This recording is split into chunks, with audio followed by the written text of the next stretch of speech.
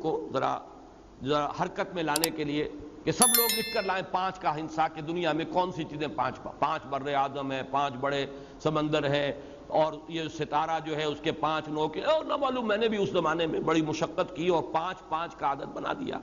مجھے وہ واقعہ یاد آ گیا کہ اتنے اقوال ہیں، بعض مفسرین نے لکھا کہ 36 اقوال ہیں۔ امام رازی نے 20 نقل کیے ہیں، ان میں سے کچھ میں آپ کو تیزی کے ساتھ سنا دیتا ہوں تاکہ آپ کو اندازہ ہو جائے کہ کیا کیا اس کے اندر خصوصی طور پر مراد لیا گیا ہے۔ عام طور پر تو یہ کہ کل مخلوقات یہ شفع ہے، اس لیے کہ اللہ تعالیٰ نے فرمایا ہے وَمِن كُلِّ شَيْءٍ خَلَقْنَا زَوْجَيْنِ، جوڑوں کی شکل میں پیدا کیا، اور وتر یا وطر یہ اللہ کی ذات ہے، وہ اکیلا ہے۔ ایک رائے یہ ہے، ایک رائے یہ ہے کہ تمام اعداد مراد ہیں شفع اور وتر سے، اس لیے کہ عدد یا تو وہ جفت ہیں اور یا طاق ہیں، تو اس سے مراد ہے تمام اعداد، اور اشارہ ہے کل حساب، سارا حساب جو ہے وہ انہی اعداد سے مل کر بنتا ہے۔ ایک رائے یہ ہے کہ یہ فلسفہ ازداد ہے، ہر شے کسی اعتبار سے منفرد بھی ہے، وتر بھی ہے، اور کسی پہلو سے وہ کسی دوسری شے کا جوڑا بھی ہے۔ یہ تو عموم کی باتیں تھی، اب خصوص کے ساتھ نوٹ کیجئے کیا کیا آ رہا ہے۔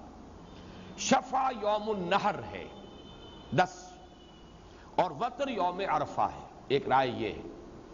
دوسری رائے یہ ہے کہ یہ اصل میں مراد ہے ایام تشریق، یوم النحر کے بعد 2 دن یا 3 دن منا میں قیام ہوتا ہے۔ فمن تعجل فی یومین فلا اثم علیہ ومن تاخر فلا اثم علیہ، 2 یا 3 دن کا قیام ہے منا میں، اس لیے کہ 10 تاریخ تو یوم النحر ہے، 9 یوم عرفہ ہے، 8 یوم ترویہ تھا جبکہ مکے سے چلے تھے اور منا میں آ کر مقیم ہوئے، 9 کو عرفہ ہے، 10 کو یہ یوم النحر ہے، والفجر میں اس کا ذکر آ چکا۔ اب اس کے بعد شفع سے مراد ہے 11 اور 12 ذی الحجہ، کیونکہ ان میں قیام منا جو ہے وہ لازمی ہے، وہ تو ٹھہرنا ہی ہے۔ اس کے بعد وطر جو ہے یا وتر وہ ہے 13ویں تاریخ کے، اس میں اختیار دیا گیا ہے، جو چاہے ٹھہرے جو چاہے چلا جائے۔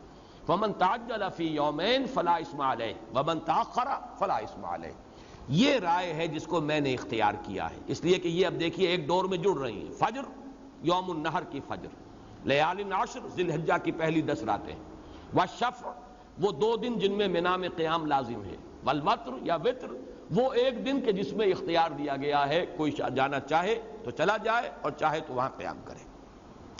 اس کے علاوہ ایک رائے یہ ہے کہ شفع سے مراد ہے آدم و حوا، وہ جوڑے کی شکل میں ہیں، اور وطر یا وتر سے مراد ہے اللہ تعالیٰ، وہ تنہا ہے۔ ایک رائے یہ ہے کہ شفع سے مراد جو ہیں کل مخلوقات ہیں، جو یا شفع ہیں یا وطر ہیں۔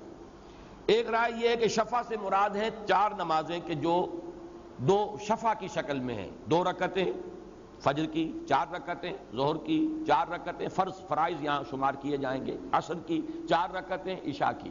اور وتر یا وطر سے مراد ہے 3 جو کہ نماز مغرب ہے، 3 رکعتیں ہیں، یا پھر وطر کی نماز ہے، اس میں بھی بالعموم جو ہے 3 پڑھی جائیں گی، یا بعض حضرات 1 وہ بھی وطر ہے، یا پھر 5 ہیں یا 7 ہیں یا 9 ہیں، یہ 13 تک کا عدد جو ہے وہ کہیں نقل ہو جاتا ہے، یہ سب وطر ہے۔ ایک رائے یہ کہ شفع سے مراد ہیں درجات جنت جو 8 ہیں، ایک حدیث میں آیا ہے یہ 8 درجے، اور وطر سے مراد ہیں درکات دوزخ، یہ 7 طبقے ہیں، درجہ کہتے ہیں بلند، ایک سے اوپر دوسرا بلند، تو درجات جنت، اور درک کہتے ہیں نیچے پستیوں کو، تو پستیاں 7 ہیں جہنم کی۔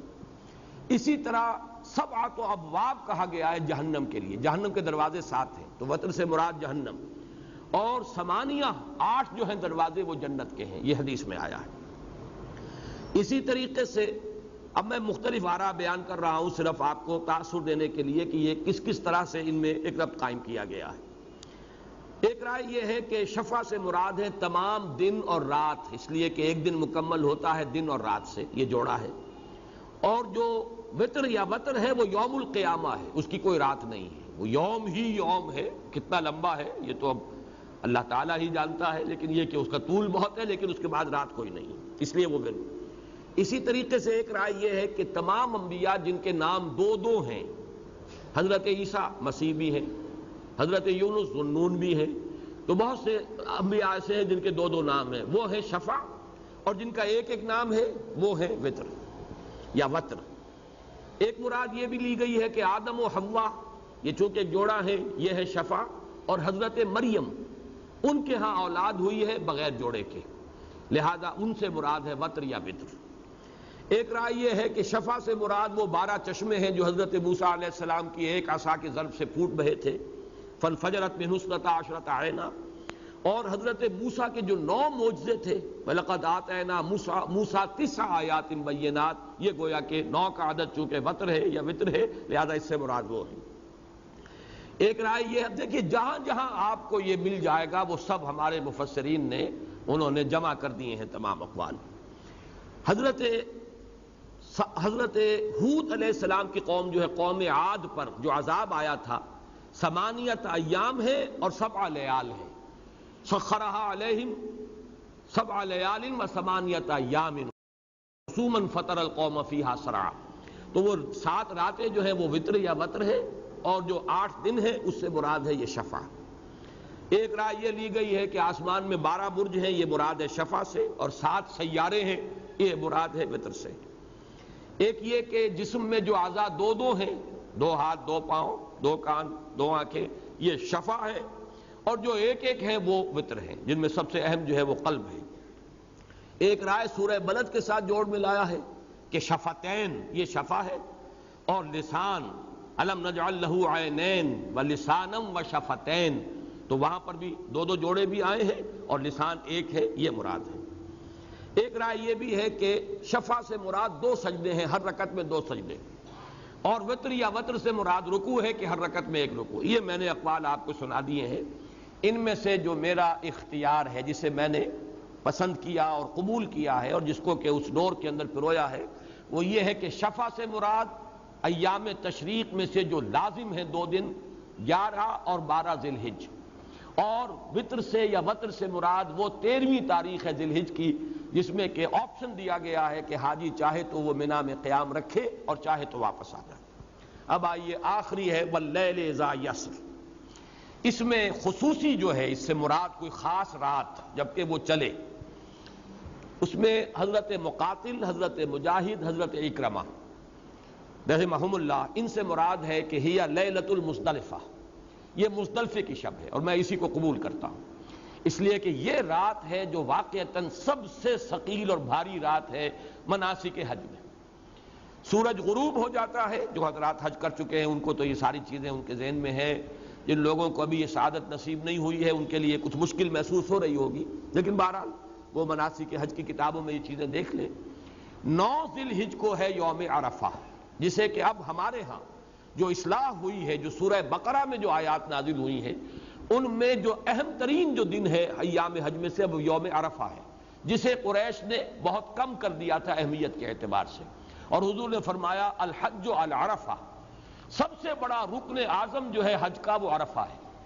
عرفہ اگر کسی کا رہ گیا، قیام وقوف عرفہ نہیں ہوا تو حج نہیں ہوا۔ باقی جتنے بھی مناسک ہیں اور ارکان ہیں ان کا کوئی نہ کوئی بدل ہو سکتا ہے، کوئی کفارہ ہو سکتا ہے، کوئی دم دیا جا سکتا ہے، ہر ایک رکن کا سوائے عرفہ کے، الحج علی عرفہ، جس سے عرفہ کا وقوف جو ہے میسر آ گیا اس کا حج ہو گیا۔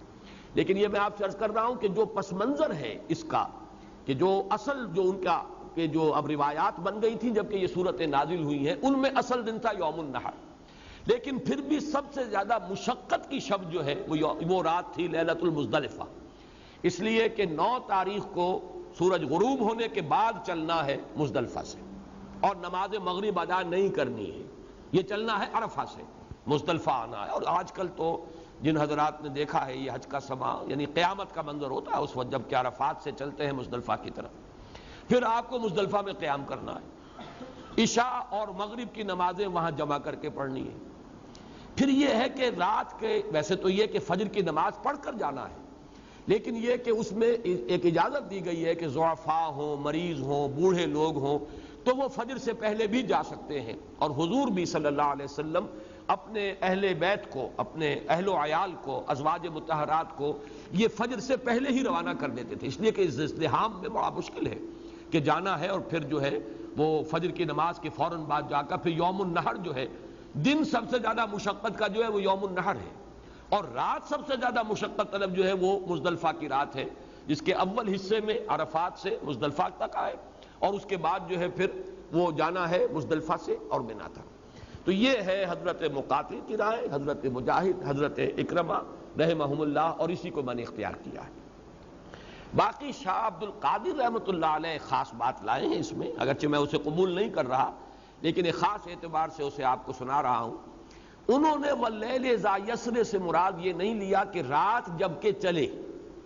یہ حضرات جنہوں نے مراد لیا ہے رات کا چلنا، تو اس سے مراد کیا ہے؟ وہ رات جس میں چلا جائے گا یا چلا جاتا ہے، سفر کیا جاتا ہے راتوں رات۔ جیسے کہ عربی میں لیل نائم کہتے ہیں وہ رات جس میں انسان بڑے اطمینان سے سویا ہو۔ لیل ساہر کہلاتی ہے وہ رات جس میں انسان جاگتا رہا ہے کسی پریشانی کی وجہ سے، یا یہ کہ کم خوابی ہے۔ اسی طریقے سے یہ رات، چلنے والی رات وہ ہے جس میں کہ لوگ چل رہے ہیں، وہ رات نہیں چل رہی بلکہ لوگ چل رہے ہیں۔ اسی اعتبار سے شاہ عبد القادر لے کر آئے ہیں کہ اس سے مراد ہے معراج کی شب، جس میں کہ حضور صلی اللہ علیہ وسلم سبحان الذی اسریٰ بعبدہ لیلا من المسجد الحرام ہے، تو لیلۃ اسریٰ جو ہے اس سے لفظی مناسبت ہے واللیل اذا یسر، جب کہ چلے روانہ ہوں گے محمد صلی اللہ علیہ وسلم شب معراج کو۔ یہ انہوں نے مراد لیا، اس کو بھی خصوص کے یعنی کھاتے میں ڈال لیجئے، لیکن یہ ہے کہ میرے نزدیک جو میں نے آپ سے عرض کر دیا، ایک تو میرا ذوقی رجحان ہے، وہ بھی میں عرض کر رہا ہوں، وہ بھی جب اتنی باتیں آپ نے سن لی ہیں تو میرا ایک ذوقی رجحان جو ہے وہ بھی میں آپ کے سامنے بیان کر دیتا ہوں، لیکن وہ صرف ایک ذوقی بات ہے۔ اصل رائے میری وہی ہے جو میں دے چکا ہوں، دوبارہ بھی بیان کر دوں گا۔ ذوقی رجحان میرا یہ ہے کہ والفجر سے مراد ہے نبی اکرم صلی اللہ علیہ وسلم پر آغاز وحی، گویا کہ ظہور نبوت محمدی، جیسے رات کا فترۃ الوحی کا پردہ چاک ہوا اور وحی کا آغاز ہو گیا، نبوت محمدی کا آغاز نہیں، نبوت محمدی کا ظہور ہو گیا علی صاحب الصلاۃ والسلام۔ اور پھر لیال عشر سے مراد ہیں وہ 10 سال نبوی، 10 نبوی سال جو بڑے مشقت والے تھے اور تکلیف والے تھے محمد الرسول اللہ اور صحابہ کرام کے لیے، جن میں کہ شدت انتہا کو پہنچی 10ویں سال، جسے حضور نے عام الحزن کہا ہے۔ یہ بھاری جو 10 سال گزرے ہیں وہ لیال العشر، اس کی شدت کو تاریکی سے تعبیر کیا جائے۔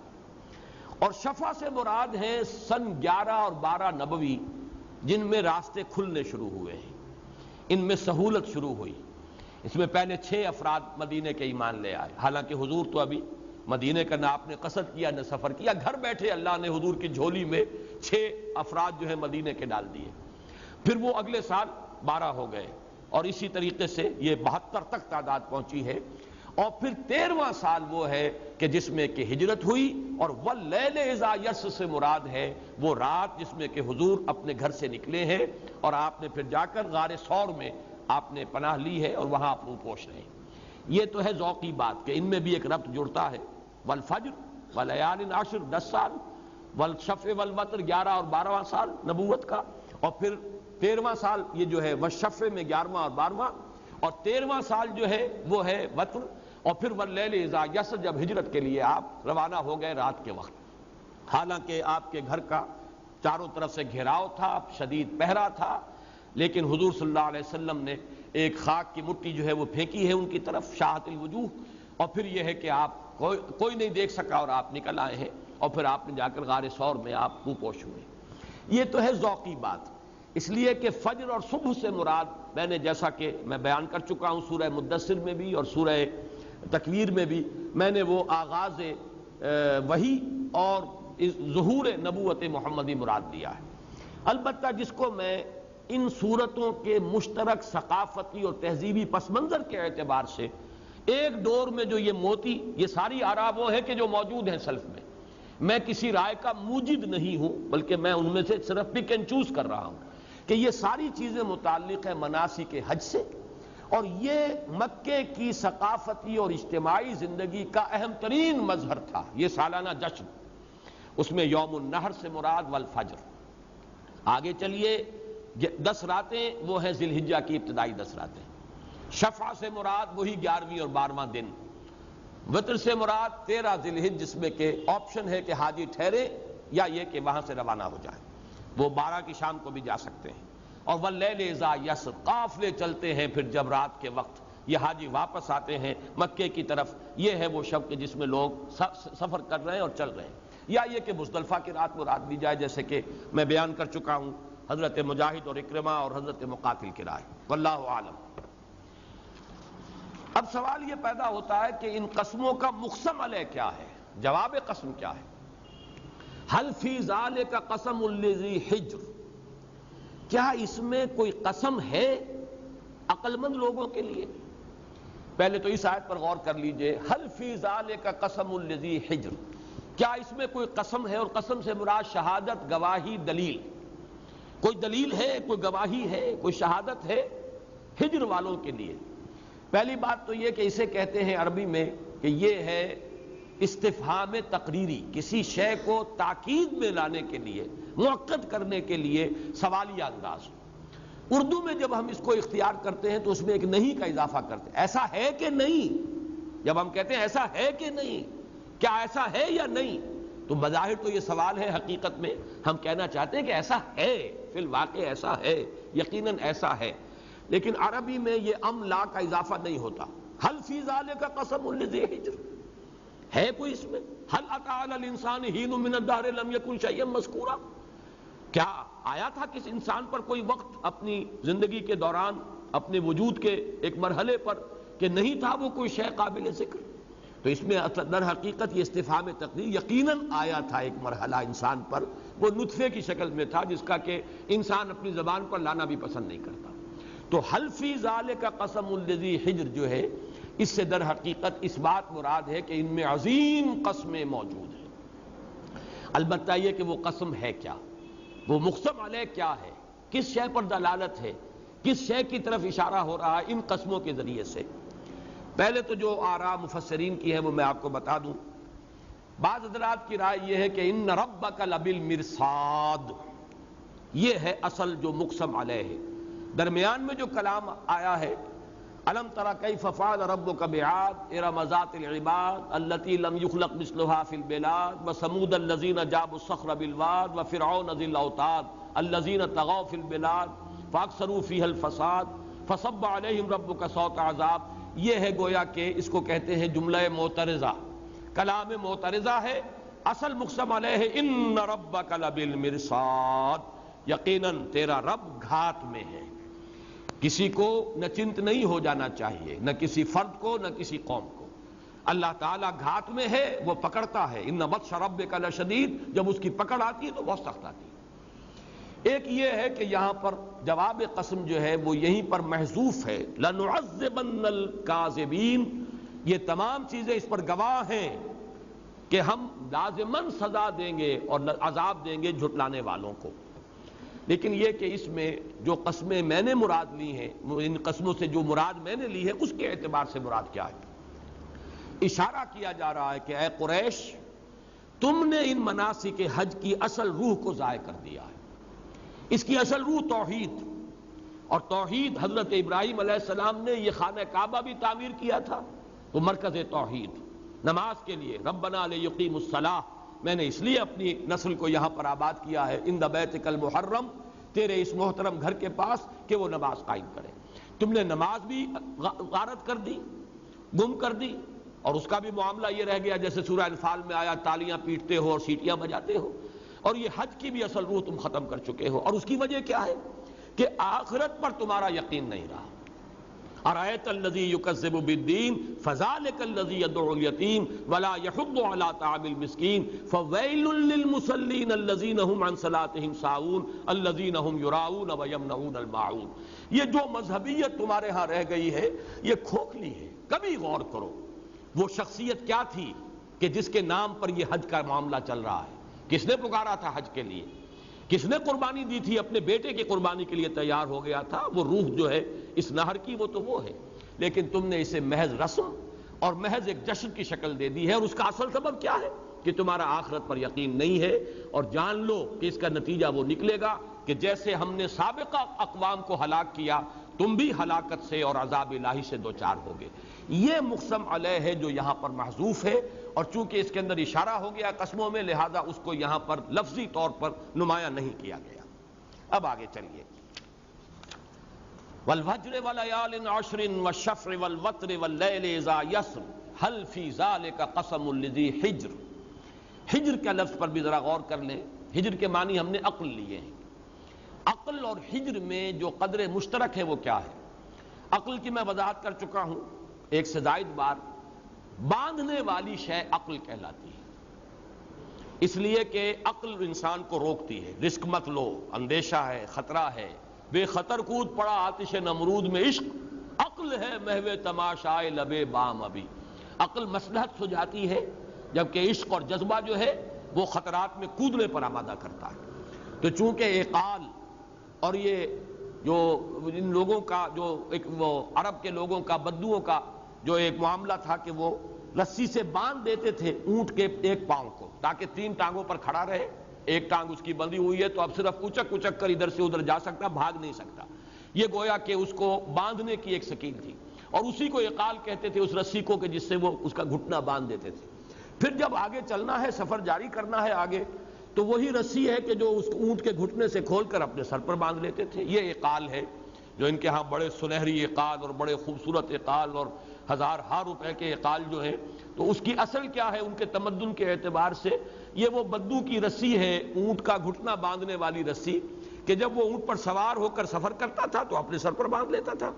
اترتا تھا، جیسے ہی اترا اس نے ایک پاؤں جو ہے اس کا ایک گھٹنا اوپر کیا اور اس کو باندھ دیا تاکہ اب یہ بھاگ نہ سکے. تو عقل کے معنی بھی باندھنے والی شے، اور حجر بھی کہتے روکنے والی شے. یہ شے غلط ہے، رک جاؤ، یہ شے خطرناک ہے، اس سے بچو. تو حجر کے معنی بھی روکنا اور عقل کے معنی بھی باندھنا. یہ دونوں چیزیں جو ہیں، یہ دونوں لفظ ان میں قدر مشترک ہے. تو ذی حجر، حل فی ذالک قسم لذی حجر، اس سے مراد کیا ہے؟ حل فی ذالک قسم لذی عقل. جو عقل سے کام لے، غور و فکر کرنے کے لیے آمادہ ہو، سوچیں، غور کریں کہ یہ جو جشن ہے جو تم سالانہ مناتے ہو، اس جشن کی اصل حقیقت کیا تھی؟ یہ کیوں شروع ہوا تھا؟ کون سی وہ عظیم شخصیت تھی؟ اگرچہ وہ تمہارے جد امجد ہیں حضرت ابراہیم علیہ السلام، ان کی شخصیت جو ہے وہ کیا تھی؟ ان کی حیات طیبہ جو ہے وہ کن کن مراحل سے جو ہے عبارت ہے؟ کیا روح تھی ان کے پورے وجود میں اور ان کی پوری زندگی میں سرایت کیے ہوئے؟ حل فی ذالک قسم لذی حجر. اس آئینے میں ذرا اپنے موجودہ اخلاقی جو ہے پستی اس کا مشاہدہ کرو. اسی آئینے میں تم نے جو ایک رسم بنا کر رکھ دیا ہے ان مناسک حج کو، اس کو سمجھو. اب آگے چل رہا ہے مقسم علیہ کے بعد، الم تری کیف فعل ربک بعاد. کیا تم نے دیکھا نہیں کیا معاملہ کیا تمہارے رب نے، کیسا سلوک کیا تمہارے رب نے قوم عاد کے ساتھ. یہ عاد جو ہے وہ قوم ہے جو احقاف کے علاقے میں آباد تھی. جنوبی حصہ جو ہے جزیرہ نما عرب کا، جو بہت چوڑا ہو جاتا ہے. جزیرہ نما اوپر جا کر تنگ ہو جاتا ہے. خلیج عقبہ ادھر سے آ گئی، خلیج فارس آ گئی، تو شرقاً غرباً فاصلہ بہت کم ہے. لیکن نیچے جنوب میں آپ دیکھیں گے شرقاً غرباً فاصلہ بہت ہے. یہ ایک طرف یمن اور دوسری طرف یہ امارات وغیرہ کا علاقہ اور قطر کا علاقہ، ان کے درمیان چوڑائی بہت ہے. ان کا درمیانی علاقہ احقاف کہلاتا تھا. یہاں یہ قوم عاد آباد تھی، اور یہ بہت سرسبز و شاداب علاقہ تھا. ایک زمانے میں بہت بڑی تہذیب اور تمدن کا گہوارہ تھا. یہ قوم بڑی زور آور تھی، قوم عاد. ان کا جو سلسلہ نسب بیان کیا گیا ہے وہ یہ ہے کہ حضرت نوح علیہ السلام کے بیٹے حضرت سام کے بیٹے تھے ارم، ان کے بیٹے اوس، ان کے بیٹے عاد. اور یہ عاد کی قوم ہے، ان کی نسل ہے جو چلی آ رہی ہے قوم عاد، جن میں کہ حضرت ہود علیہ السلام کو بھیجا گیا. الم تری کیف فعل ربک بعاد. اب یہاں پر تو صرف تذکرہ کیا جا رہا ہے. اب ہم پڑھ چکے ہیں قرآن مجید میں قوم عاد اور اس کا جو حشر ہوا، جو انجام ہوا. سخرها علیہم 7 لیال و8 ایام حسوما فتری القوم فیہا صرعا کانہم اعجاز نخل خاویہ. یہ سورہ حاقہ میں ہم پڑھ چکے ہیں.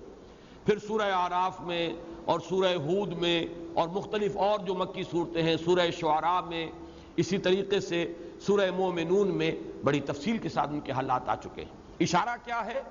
قوموں کے اندر جب فساد رونما ہوا، اخلاقی پستی ظاہر ہوئی، شرک جیسے گھناونے جرم کے وہ مرتکب ہوئے، نبیوں کی تکذیب جب انہوں نے کی، تو ہلاکت عذاب استحصال ان پر آیا. الم تری کیف فعل ربک بعاد. عاد کے بارے میں ایک بات اور نوٹ کر لیجئے کہ اس کے 2 بیٹے بتائے جاتے ہیں جن کا نام شداد اور شدید. یہ عرب کا ایک خاص ہے کہ وہ نام ایک ہی مادے سے اپنے بیٹوں کے نام رکھتے تھے. لیکن شداد اور شدید، یہ شداد وہ ہے جس کی جنت شداد مشہور ہے. اس نے ایک زمینی جنت بنائی تھی، بہت اس میں تمام دنیا کی نعمتوں کو جمع کر دیا تھا، یہ شداد. اور دوسرا بیٹا شدید. اسی سے ان کی ذہنیت کا اندازہ ہو سکتا ہے کہ ان کے مزاج میں شدت تھی. چنانچہ قرآن مجید میں جیسے کہ تذکرہ ہوا ہے وَقَالُوا مَنْ أَشَدُّ مِنَّا قُوَّةً، ان کی سرکشی کا تذکرہ. انہوں نے یہ کہا، یہ سورہ حمیم سجدہ میں یہ آیت آئی ہے، وہ کہتے تھے ہم سے بڑھ کر کون ہوگا طاقت میں، اس کے پاس شدید تر قوت ہوگی ہمارے مقابلے میں، کون ہمارے مقابلے میں آنے والا کون ہے. اسی طریقے سے یہ سورہ شعراء میں آ چکا ہے وَإِذَا بَطَشْتُمْ بَطَشْتُمْ جَبَّارِينَ. یہ حضرت ہود علیہ السلام نے ان سے کہا تھا تمہارا حال یہ کہ جب تم کسی قوم کو فتح کر لیتے ہو تو جبار اور قہار بن کر اس قوم کو تہس نہس کر دیتے ہو. وَإِذَا بَطَشْتُمْ بَطَشْتُمْ جَبَّارِينَ. تو یہ ہے وہ قوم عاد جس کی طرف حضرت ہود بھیجے گئے. ارم ذات العماد. ارم کے بارے میں ایک تو جو رائے ہے وہ میں بیان کر چکا ہوں کہ یہ اسی عاد کا دادا تھا ارم. اسی قوم کا نام عاد بھی ہے کہ اس لیے کہ عاد کی نسل سے ہے، اور اسی قوم کا نام ارم بھی ہے اس لیے کہ اس کا دادا، عاد کا دادا جو ہے وہ ارم تھا. ایک رائے یہ ہے کہ ان کی سلطنت کا جو صدر مقام تھا دارالحکومت وہ اس شہر کا نام ارم ہے. ایک رائے یہ ہے کہ ان کے ہاں جو بادشاہ تھے ان کا لقب جو ہے ارم تھا، جیسے کہ مصر کے بادشاہ فرعونہ، عراق کے بادشاہ نماردہ نمرود، اسی طریقے سے یمن کے بادشاہ تبابع تبع قوم تبع، یہ وہ لقب تھا یمن کے بادشاہوں کا. اسی طرح ارم جو ہے یہ لقب تھا اس قوم عاد کے بادشاہوں کا. ایک رائے یہ ہے کہ یہ ان کا خاص قبیلہ تھا، ان کا گھرانہ کہ جس میں بادشاہت تھی. جیسے قبیلہ تو ہے قریش، اب اس میں بنو ہاشم ہے، بنو امیہ ہے، بنو عدی ہے، بنو تیم ہے، وغیرہ وغیرہ. اسی طرح یہ خاص قبیلہ تھا. یہ مختلف آراء ہے. ارم ذات العماد. ذات العماد اس قوم کا وصف ہے کہ بڑے اونچے اونچے ستونوں والی عمارتیں انہوں نے بنائیں. عماد، عمود، ستون بڑے بڑے، عماد الدین، الصلاۃ و عماد الدین. یا اس اعتبار سے کہ وہ خود جو ہے بڑے قداور اور جسیم لوگ تھے، جیسے بڑے بڑے ستون کھڑے ہو، جب لوگ کھڑے ہوتے تھے تو معلوم ہوتا تھا. اسی لیے قرآن مجید میں آیا جیسے کھجور کے کھوکھلے تنے پڑے ہوئے. اب کھجور کا درخت بھی بہت طویل القامت ہوتا ہے. کانہم اعجاز نخل خاویہ، کھجور کے درخت پڑے ہوئے ہوں، ٹوٹے ہوئے کٹے ہوئے. التی لم یخلق مثلھا فی البلاد. جن کی مثل کہیں دنیا میں دوسرے ممالک میں پیدا نہیں کی گئی. اگر عمارتیں مراد ہیں ذات العماد تو مراد یہ ہے کہ ویسی اونچی عمارتیں ان سے پہلے کہیں دنیا میں نہیں بنی تھی. اور اگر وہ قداور ہونا ان کا مراد ہے تو ویسے انسان اللہ تعالیٰ نے جتنی بھی قومیں پیدا کی تھیں ان میں اتنی قداور کوئی قوم ان سے پہلے پیدا نہیں فرمائی تھی. واللہ اعلم. وثمود الذین جابوا الصخر بالواد. یہ در حقیقت سمود جو ہیں انہیں عاد و ثانیہ بھی کہتے ہیں. جب یہ قوم عاد برباد ہو گئی ہے، حضرت ہود علیہ السلام کی دعوت کا انکار کیا، ان کو ختم کر دیا، تو حضرت ہود کے ساتھ جو ان میں سے اہل ایمان وہاں سے بچ کر نکلے وہ پھر جزیرہ نماء عرب کے شمال مغربی گوشے میں جا کر آباد ہو گئے. ان کی نسل ہے جو سمود کہلاتی ہے، اور عاد ثانیہ بھی انہیں کہتے ہیں. ان میں حضرت صالح علیہ السلام مبعوث ہوئے، اور یہ قوم وہ ہے کہ جو جیسے کہ ہم پڑھ چکے ہیں نرم زمین پر وہ اپنے محل بناتے تھے، اور بڑی بڑی چٹانوں کو کھود کر اور تراش کر اس کے اندر اپنے وہ بڑی عمارتیں بناتے تھے رہنے کی جگہ. یہ دونوں طرح کے تھے. اب ظاہر بات ہے ہزارہ سال بیت گئے ہیں، لہذا وہ جو ان کے قصر تھے کہ جو انہوں نے میدانی زمین پر بنائے تھے ان کا تو اب کوئی نام و نشان نہیں، وہ تو ختم ہو گئے. لیکن وہ چٹانوں کو تراش کر جو انہوں نے بڑے بڑے ہال بنائے ہیں وہ تو آج بھی موجود ہیں. جا کر دیکھیے مدائن صالح میں ان کا نقشہ آپ کو نظر آ جائے گا. میں بھی چند سال پہلے وہاں گیا ہوں اور میں نے دیکھا اور حیران ہو جاتی انسان کی عقل. اس قدر خوبصورتی سے انہوں نے تراشا ہے چٹانوں کو. ایک خاص قسم کی چٹانیں وہاں پر، جیسے ہمارے ہاں عام طور پر پہاڑ ہیں انہیں آپ اس طرح تراش نہیں سکتے. بڑی سالڈ چٹانیں ہیں ایسی کہ ان کو تراشا ہے انہوں نے، اور بالکل معلوم ہوتا ہے جیسے کوئی بڑی مشینیں ان کے پاس تھیں، کس قدر صفائی کے ساتھ اور توازن کے ساتھ. پھر انہوں نے جو ان کے صدر دروازے بنائے نہایت خوبصورت، ان میں کھدائی کی ہوئی ہے. معلوم ہوتا ہے کہ یہ ان کا صدر دروازہ ہے اس محل کا، جو اس کے اندر ہی اندر بڑا ہال ہے، پھر اس کے سائیڈ رومز ہیں، وہ ساری کی ساری چیزیں ہیں. الذین جابوا الصخر بالواد. اور وہ سمود، کیا کیا تیرے رب نے سمود کے ساتھ؟ جنہوں نے کہ وادی میں چٹانوں کو تراشا تھا، صخر کہتے ہیں چٹان کو، تراش کر اپنے لیے گھر بنائے تھے۔ وَفِرْعَوْنَ ذِي الْأَوْتَادِ، اور کیا کیا، أَلَمْ تَرَ كَيْفَ فَعَلَ رَبُّكَ بِعَادٍ بِثَمُودَ وَبِفِرْعَوْنَ، فرعون کے ساتھ کیا کیا۔ اور اس کے لیے جو وصف آیا ذی الاوتاد، یہ پہلے بھی آ چکا ہے، اس کے بارے میں دو آراء ہیں۔ ایک تو یہ کہ فرعون پہلا بادشاہ ہے جس نے سٹینڈنگ آرمی بھی اپنے ہاں رکھی ہوئی تھی، ورنہ اس سے پہلے دنیا میں عام طور پر رواج یہ تھا کہ بڑے بڑے سردار کو 5000 منصبدار ہے، 20,000 منصبدار ہے، وہ اپنے چھوٹی چھوٹی فوجیں مینٹین کرتے تھے۔ بادشاہ کو جب ضرورت ہوتی تھی تو وہ لوگوں کو حکم بھیج دیتا تھا اور تمام سردار جو ہیں اپنی فوجیں لے کر آ گئے، کوئی بڑی سٹینڈنگ آرمی رکھنے کا رواج نہیں تھا۔ لیکن فرعون نے سب سے پہلے اس کا رواج کیا، اور بڑی فوج، اب ظاہر بات ہے کہ بڑی فوج ہوگی تو اس کے لیے بڑے خیمے ہوں گے، خیموں کے لیے بڑی میخیں ہوں گی جن کو گاڑا جائے، تو اس کے بڑے کئی جو ہیں، یعنی بہت سے جانور تو وہ ہوتے تھے جن کے اوپر صرف خیموں کی میخیں لدی ہوتی تھی۔ اس اعتبار سے ذی الاوتاد، میخوں والا فرعون، ایک تو رائے یہ ہے۔ اور ایک رائے یہ ہے کہ اس بدبخت نے، خاص طور پر وہ فرعون جس کی طرف حضرت موسیٰ علیہ السلام مبعوث کیے گئے ہیں اور جو غرق ہوا ہے پھر حضرت موسیٰ اور بنی اسرائیل کی نگاہوں کے سامنے، اس نے 2 خواتین کو چومیخہ کر کے ہلاک کیا۔ یہ چومیخہ ہے یعنی کسی کو ہلاک کرنے کی بدترین صورت، دونوں ہاتھ پھیلا دیے جائیں، دونوں ٹانگیں چوڑی کر دی جائیں، اور ایک ایک میخ گاڑ دی جائے اس ہاتھ میں، اس ہاتھ میں، اور اس پاؤں میں، اور اس پاؤں میں، ہڈیوں کو، اور پھر چھوڑ دیا جائے، دھوپ میں پڑا ہے، سڑ رہا ہے انسان، اور اسی میں سسک سسک کر، اور یوں سمجھیے کہ نہایت ہی عبرتناک اور نہایت ہی خوفناک اور دردناک موت۔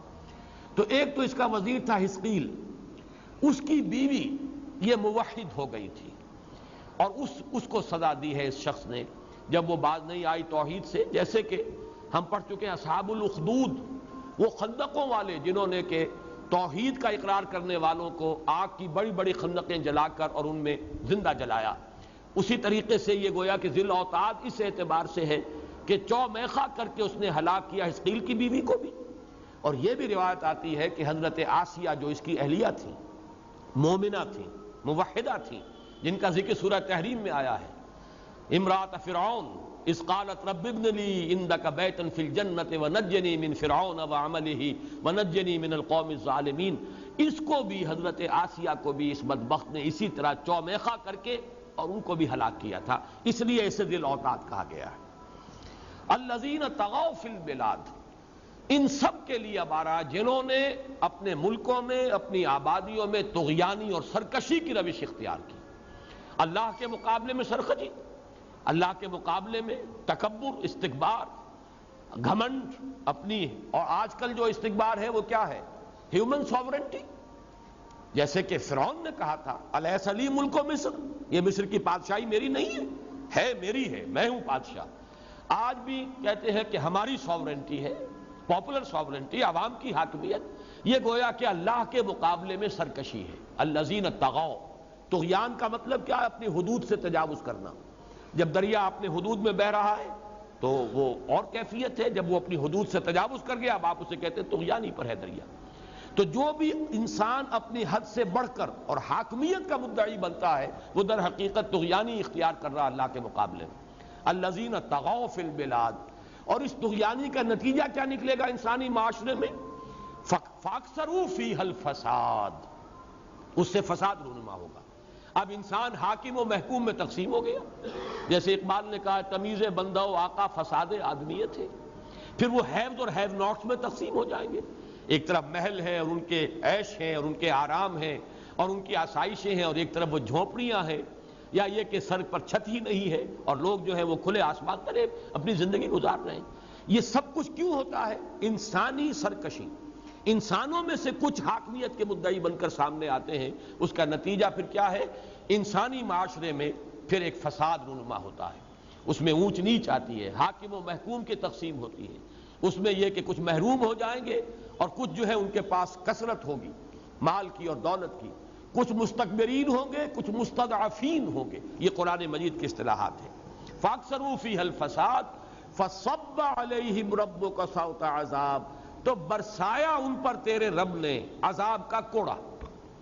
صبا کہتے ہیں جیسے پانی اوپر تریڑے لیے جائیں، ایسے ہی اللہ تعالیٰ کے عذاب کے کوڑے ان پر برسے ہیں بار بار، جیسے کہ ابھی ہم پڑھ چکے کہ 7 لیال و 8 ایام، 8 دن اور 7 راتوں تک مسلسل ایک جھکڑ جو ہے وہ چلتا رہا ہے جس نے کہ قوم عاد کو ہلاک کیا ہے۔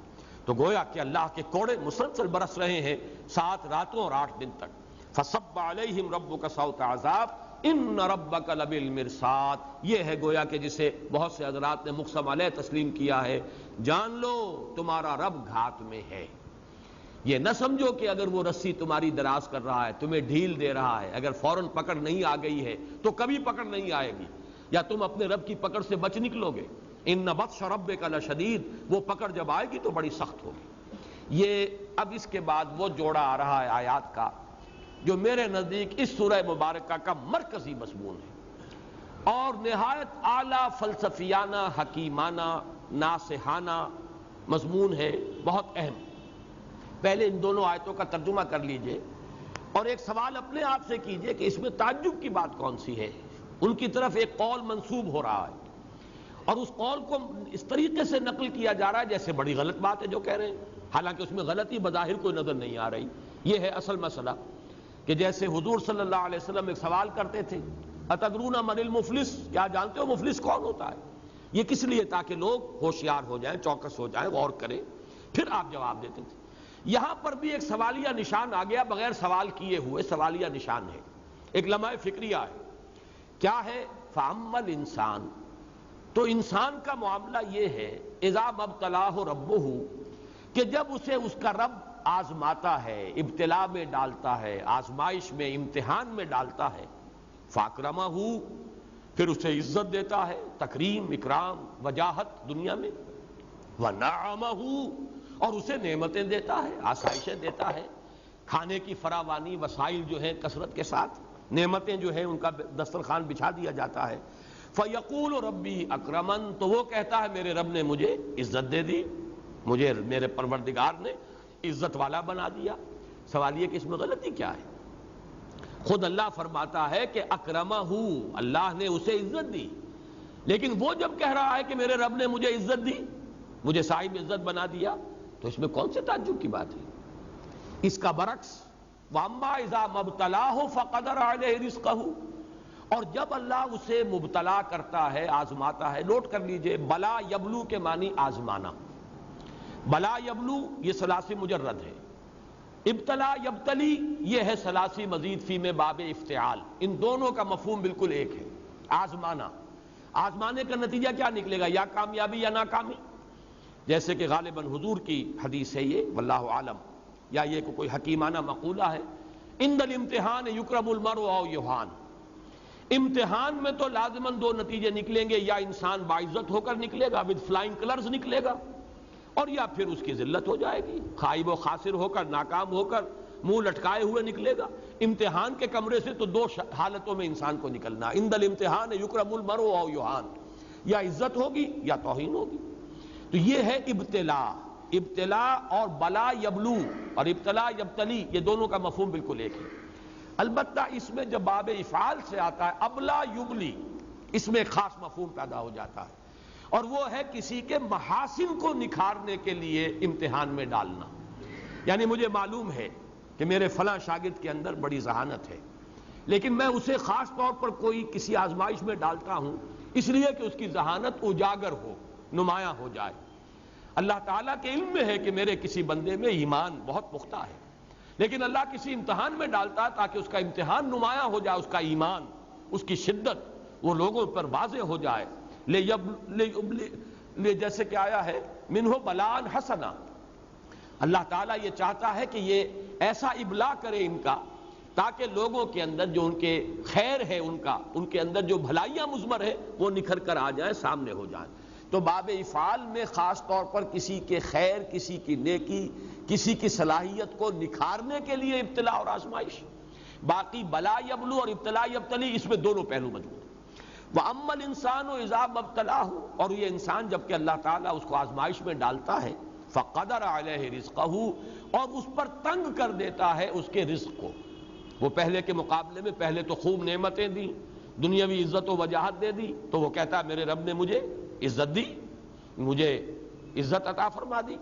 جب اللہ آزماتا ہے اور اس کا رزق جو ہے تنگ کر دیتا ہے، فَيَقُولُ رَبِّي أَهَانَنْ، تو وہ کہتا ہے میرے رب نے مجھے ذلیل کر دیا۔ کلا، ہرگز نہیں۔ ابھی صرف اگلی آیت کا ایک لفظ کلا، صرف اسی کو نوٹ کیجئے، پھر ہم آگے چلیں گے۔ ہرگز نہیں، یہ ہرگز نہیں کیوں؟ کس اعتبار سے؟ ان میں کیا غلطی ہے؟ اللہ نے مجھے دولت دی، اللہ نے مجھے عزت دی، اللہ نے مجھے سرفراز کیا، اس میں کون سی خرابی ہے؟ اللہ نے مجھے ذلیل کر دیا، اللہ تعالیٰ نے مجھے خائب و خاسر کر دیا، لوگوں کے سامنے ہاتھ پھیلانے پر مجبور کر دیا، اللہ نے کیا ہے، تو اس میں کون سی بری بات ہے؟ اب یہ نوٹ کر لیجئے، ہدایت و ضلالت اس دنیا میں جو مختلف حالتیں انسان پر طاری ہوتی ہیں، یا نعمتوں کی بارش ہو رہی ہے، یا تنگی ہے، فقر ہے، احتیاج ہے، دنیاوی حیثیت ہے، وجاہت ہے، یا دنیا میں گمنامی ہے، کسنوی پرست کے بھیا کیس تھی، کوئی آپ کا حال ہی نہیں پوچھ رہا کہ تم ہو کون، تمہارے منہ میں کتنے دانت ہیں، یا یہ کہ دنیا میں اقتدار کی کسی مسند پر انسان بیٹھا ہے، یا یہ کہ کوئی اس کے ہاتھ میں اختیار نہیں۔ یہ تمام جو حالات انسان پر طاری ہوتے ہیں، ان کے جواب میں جو طرز عمل فکری اعتبار سے اور عملاً انسان اختیار کرتا ہے، اس کے 4 درجے ہیں۔ پہلا درجہ ہے انتہائی گمراہی، ضل ضلالا بعیدا۔ وہ کیا ہے؟ اگر عزت ہوئی، نعمتیں ملی، فلاں دیوی یا دیوتا کی نگاہ کرم ہے، اس کی کرپا سے یہ ہو گیا، اور اگر کوئی تکلیف آ گئی، مصیبت آ گئی، معلوم ہوتا ہے کہ فلاں دیوی یا دیوتا ہم سے ناراض ہو گیا، یہ کالی دیوی کی طرف سے کوئی مصیبت آ گئی ہے، یا یہ کہ یہ لکشمی دیوی کی نگاہ کرم ہے کہ ہمیں دولت مل گئی ہے۔ یہ تو ہے شرک۔ شرک ہونے کے اعتبار سے یہ ہے ضل ضلالا بعیدا، انتہائی پستی۔